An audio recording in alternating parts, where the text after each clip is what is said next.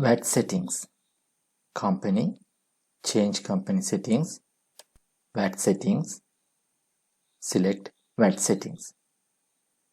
From this VAT Settings, you can select your VAT system. If you are a tax registered company, you can select invoice based or payment based. If you are not a VAT registered company, you can select no VAT. Invoice based is accrual basis and payment based is cash basis. Under VAT details, you can enter your company VAT number, last VAT period end date, last VAT submission date, VAT reporting frequency. You can enter by months.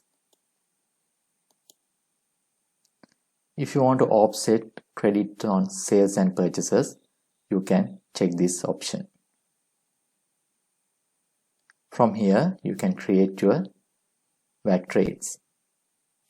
System has default rates, and if you want to create new rates, by clicking this plus mark, you can add rates. Enter VAT name,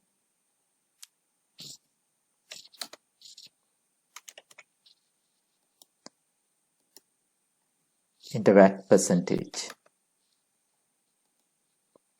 If this is the default tax rate, you can check this default tax rate.